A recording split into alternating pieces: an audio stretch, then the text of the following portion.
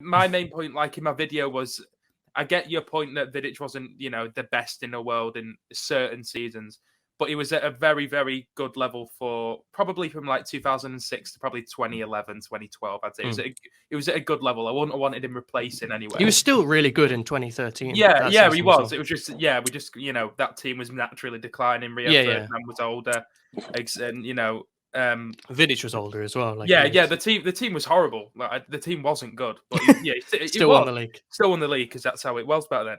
But I just think, like I said, my argument was over that amount of time, Van Dijk's not done that. So undoubtedly, if you're talking about a 2-3 year prime period, I would have Van Dijk above Vidić because he was absolutely elite. And like Lucas said, it was more of an all-round defender that could do absolutely everything, a Rolls Royce, as people say.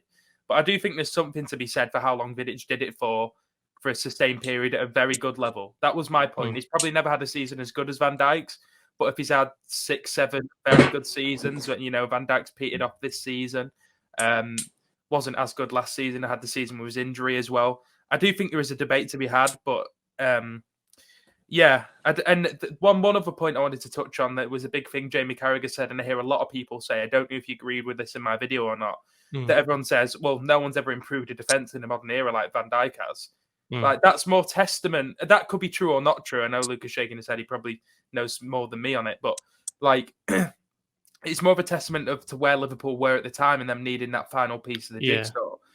That's all it is. It's purely timing based. Like, if you took Nemanja Vidić out of that Man United team, does it win 3 Premier Leagues in a row? A lot of them were marginal against the likes of Arsenal, Chelsea, Liverpool by a couple of points. Probably not. Do we win Champions Leagues? Probably not. Do you know what I mean? To that point, 09-10, I think you lost it by 1 point, and that's one of the seasons where Vidić did miss a lot of games. So you could make an argument that point would have been made up. Yeah, well, I think there was actually a stat that I saw that we won 3 out of 5 Premier League titles in consecutive years, and the 2 years we didn't win it, Vidić missed at least 10 games. They were all, I don't know if Luke will remember those times, but around then it was 3 or 4 teams usually battling for it until the last few games. It was always very close and fine margins and stuff. I think that's a moot point because Vidić obviously massively improved that team, and if you took him out of it, then it'd be much worse. It's just that Van Dijk came into a Liverpool team when they just bought Alisson. Salah was coming through. Trent was just stepping up to the plate. They've got Robertson, that midfield trio and everything. And he was just a final piece of the jigsaw.